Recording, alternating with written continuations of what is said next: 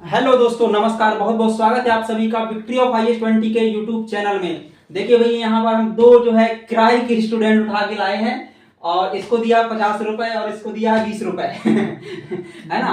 और इनके साथ में आज मिक्स प्रैक्टिस करेंगे जीएस की। बहुत ही अच्छी क्वालिटी के जो है क्वेश्चन आपको यहाँ पर मिलने वाले हैं और आप लोग भी उनके आंसर देने की जो है कोशिश कीजिएगा। दो चार क्वेश्चन लास्ट में आपको भी छोड़ करके जाएंगे ताकि आप भी कमेंट बॉक्स में उनके आंसर बता सकें।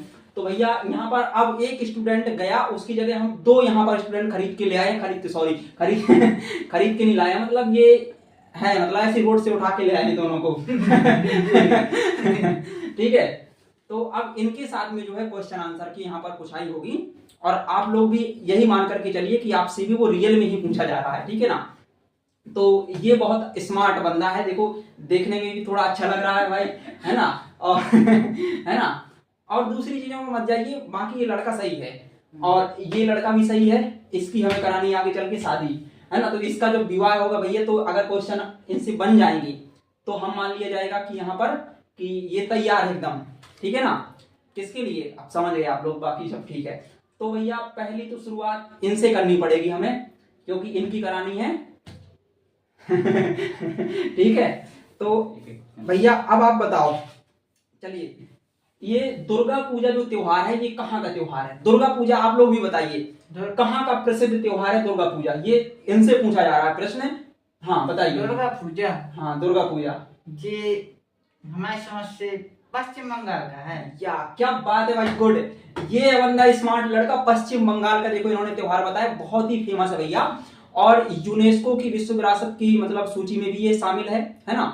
और अमूर्त कैटेगरी में ये जो है शामिल किया गया है, ठीक है। तो दुर्गा पूजा पश्चिम बंगाल का बहुत ही ज्यादा फेमस त्योहार है और यूनेस्को की विश्व विरासत की सूची में इसको कब शामिल किया गया था? अमूर्त कैटेगरी में जो है 2021 में दुर्गा पूजा को शामिल कर दिया गया था। ये फेमस त्योहार है, ठीक। तो इसको आप सभी को जो है यहाँ पर याद रखना है, क्लियर।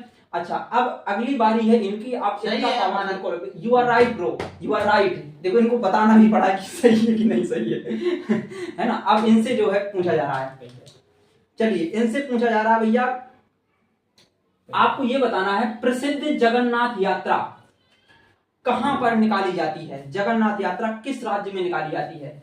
उड़ीसा में। उड़ीसा में। वाह भाई वाह, क्या बात है। प्रसिद्ध जो जगन्नाथ यात्रा है ना, ये हर साल उड़ीसा में जो है निकाली जाती है भैया। और उड़ीसा में एक स्थान है पुरी। तो उड़ीसा के पुरी से लेकर के यहाँ पर 3 किलोमीटर की जो यात्रा जाती है, एक श्री गुंडीचा मंदिर है, गुंडीचा धाम मंदिर है, वहां पर बलदाऊ कृष्ण है ना। तो इन लोगों की यहाँ जो है रथ यात्रा निकाली जाती है। एक प्रकार से प्रति वर्ष यह यात्रा निकाली जाती है। तो ये उड़ीसा में पुरी से लेकर के गुंडीचा मंदिर तक जो है वहीं पर उड़ीसा में ही है ये सब, तो वहां पर निकाली जाती है हर साल। तो जगन्नाथ रथ यात्रा का संबंध उड़ीसा राज्य से, ऐसा अगर क्वेश्चन पूछ लिया जाए तो देखो इनसे बन गया है, तो भाई साहब आपसे भी देखो बनना ही चाहिए। अब बारी है इनकी, ये आंसर दे पा रहे हैं या नहीं दे पा रहे हैं बताओ भैया। तो आपको बताना है, जो उड़ीसा में जो कोणार्क का सूर्य मंदिर है, कोणार्क का सूर्य मंदिर है, इसका निर्माण किस वंश के शासक ने करवाया था? चलिए ये प्रश्न जो है आपसे यहां पर रखा जा रहा है। और अगर थोड़ा सा समस्या जा रही है भाई, देखो यार पैसा दिए हैं तो उस हिसाब से कम, इनको कम पैसे दिए तो कम आंसर दे पाएंगे जो है ना। तो अब आप बताओ भैया, आपकी भी बारी है, दोनों मिलकर के बता दीजिए। गंगवंश। गंगवंश, एकदम राइट भाई। देखो ये सही आंसर बताया। गंगवंशीय शासकों ने 1250 1250 ईस्वी के आसपास यहाँ पर गंगवंशीय शासक ने जो है उड़ीसा के कोणार्क मंदिर का जो है निर्माण करवाया था। और ये बहुत ही प्रसिद्ध मंदिर है। और एक कोणार्क मंदिर जो है गुजरात में भी है, जिसको कहते हैं मोढेरा का कोणार्क मंदिर। तो अच्छा अब तुम बता दो, मोढेरा के कोणार्क मंदिर जो है उसका निर्माण किस वंश के शासक ने करवाया था? गुजरात में जो मोढेरा है, एक स्थान है, गांव है एक्चुअल में एक मोढेरा, है ना। तो वहां पर सूर्य मंदिर का निर्माण किसने करवाया था? मोढेरा की सूर्य मंदिर कहलाते हैं वो। सूर्य की पहली किरण उस मंदिर में पड़ती, इसी कारण से इनको दोस्तों क्या कहते हैं? सूर्य मंदिर इनको कहा जाता है।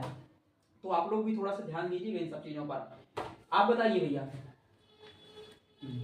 आप देखो यहां पर दिक्कत है भैया, आप लोग थोड़ा सा है ना बहुत ही अच्छी सिंसियर होकर की पढ़ाई करना है। देखो ये है टॉप लेवल क्वेश्चन कहलाते हैं।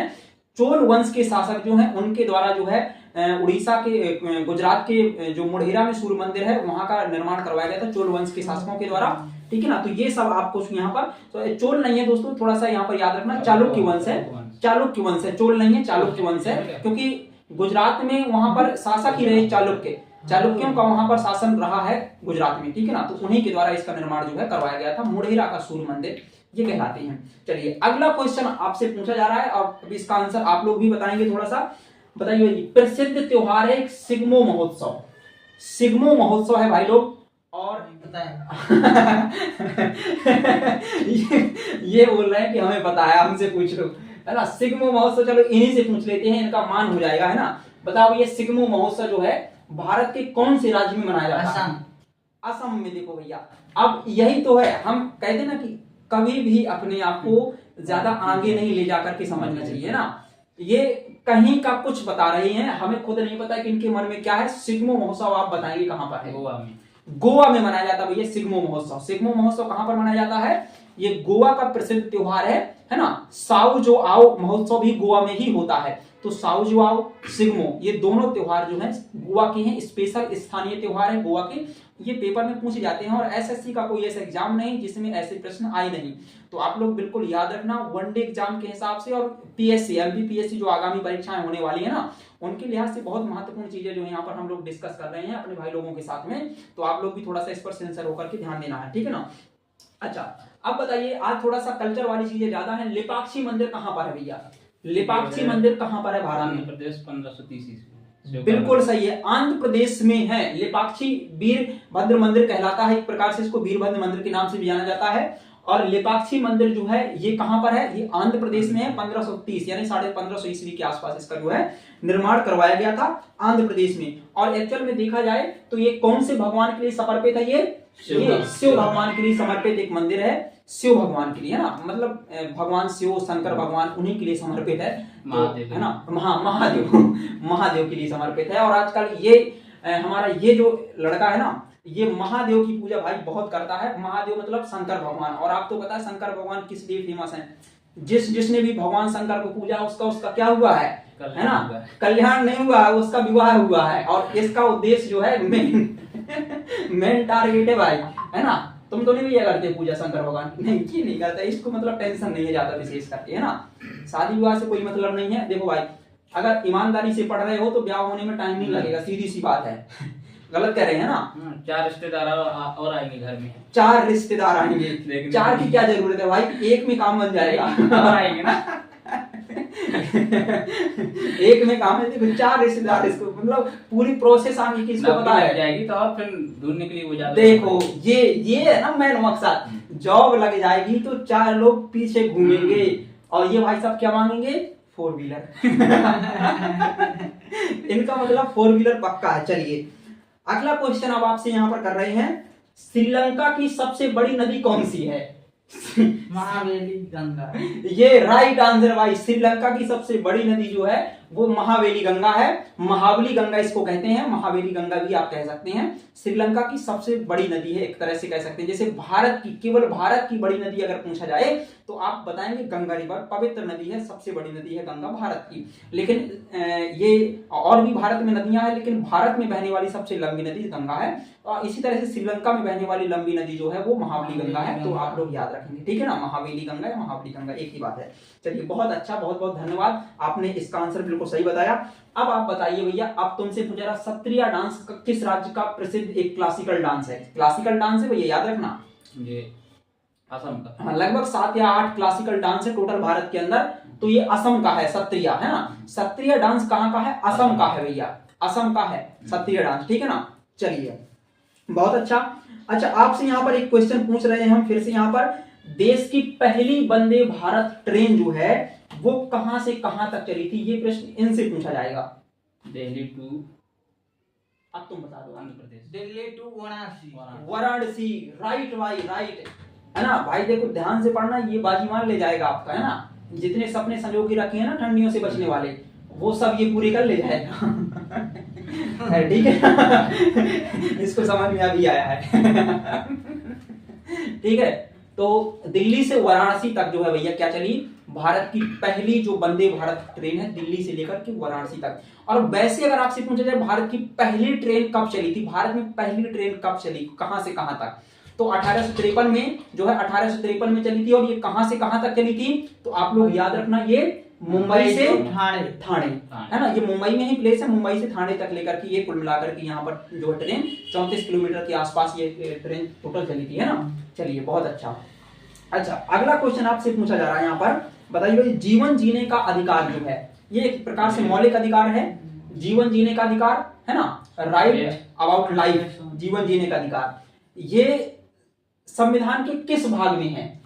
ये आर्टिकल, भाग बताना, भाग बता। देखो भाई, आप बताइए संविधान के कौन से भाग का अंग है जीवन जीने का अधिकार? ये यार इतना सिंपल क्वेश्चन पूछ लिया भाई, कौन से भाग का ये जीवन जीने का अधिकार? संविधान में 22 भाग है टोटल, 22 भाग है। हाँ, संविधान ये पहले का है, पहले भाग का। देखो ये इन्होंने बताया है, लेकिन भाई देखो मासूमियत है ना, कॉन्फिडेंस भी झलक रहा है, लेकिन थोड़ा सा भाई पहला नहीं कहना चाहिए। आप बताओ, मतलब संविधान में 22 भाग हैं, 22 भाग में से मौलिक अधिकार कौन से भाग में है? तो उसी में तो मौलिक अधिकार में ही तो होगा ना भैया। एक में मौलिक अधिकार नहीं है। और बताओ, बता रहे हैं? चलिए 21 ये भाग आपको बताना है। 21 आर्टिकल है, अनुच्छेद 21 है, जीवन जीने का अधिकार आर्टिकल 21 है। और जो इसका कौन से भाग में है ये अधिकार, ये मौलिक अधिकार कौन से भाग में है? तो भाग 3 में है, 3 में है। अब आपको पर्याप्त समय था, आप सोच सकते थे आराम से, सोच रहे थे कि हमको गलत ना निकल जाए। हाँ, कोई दिक्कत नहीं है, गलत हो जाएगा तो कोई दिक्कत नहीं है, वैसे भी तुम भाई, है ना। कोई दिक्कत नहीं है, चलता है इतना सब, है ना। तो ये बिल्कुल सही आंसर है। चलिए एक प्रश्न आपके लिए छोड़ करके जा रहे हैं, कोकबरो कहाँ की एक भाषा है? भारत के किस राज्य की स्थानीय भाषा है कोकबरो? किस राज्य की भाषा है ये आपको बताना है। कोकबरो कहाँ की भाषा है? और अगला प्रश्न आपको बताना है, खारची पूजा त्योहार कहाँ पर मनाया जाता है भारत में? खारची पूजा त्योहार कहाँ पर मनाया जाता है? ये दूसरा प्रश्न आप लोगों के लिए हमने यहाँ पर जो है दिया गया है ना। और हॉर्नबिल फेस्टिवल कहाँ पर मनाया जाता है? ये तीसरा प्रश्न हमने आपको यहाँ पर दे दिया। हॉर्नबिल फेस्टिवल, खारची पूजा त्योहार और कोकबरो किस राज्य की भाषा है, ठीक है ना। तो 3 प्रश्न जो है हम आप लोगों के लिए कमेंट में छोड़ करके जा रहे हैं, आप लोग कमेंट में इनके आंसर जो है बताएंगे। और इन लोगों को बहुत बहुत धन्यवाद, अधिकांश क्वेश्चंस के आंसर जो है इन्होंने सही बताए हैं, और इनका खास करके थैंक यू सो मच भैया, है ना। आपको बहुत बहुत धन्यवाद, है ना, जो आपने इतना अच्छा सेशन इसको बनाया। और आप लोगों से भी कहते हैं, यदि वीडियो पसंद आए तो वीडियो को लाइक करें और चैनल को सब्सक्राइब करें, और अपने दोस्तों के साथ में इसी तरह से आनंद और उत्सव के साथ में पढ़ते रहिए। कोई दिक्कत नहीं है, हंसी मजाक के साथ में आप लगभग 15 से 20 क्वेश्चन आप आराम से तैयार कर सकते हैं इस तरह से, है ना। और डिस्कशन बहुत महत्वपूर्ण है। देखो, पढ़ाने के लिए तो कोई भी पढ़ाएगा, आपको बोर्ड में पढ़ाएगा, किसी भी तरह से ऑनलाइन ऑफलाइन जो आप पढ़ रहे हैं, हम मानते हैं कि आप विद्वान हैं, आपके अंदर विद्वता है, लेकिन ये जो है चीजें, ये डिस्कशन बहुत जरूरी है आज के दौर में, जिस तरह से कंपटीशन आगे बढ़ रहा है। तो उम्मीद है दोस्तों आप लोग इस चीज को सपोर्ट करेंगे और इससे बहुत कुछ चीजें आप लोग सीखेंगे। तो मिलते हैं अगली वीडियो के साथ में, तब तक के लिए जय हिंद, जय भारत, धन्यवाद।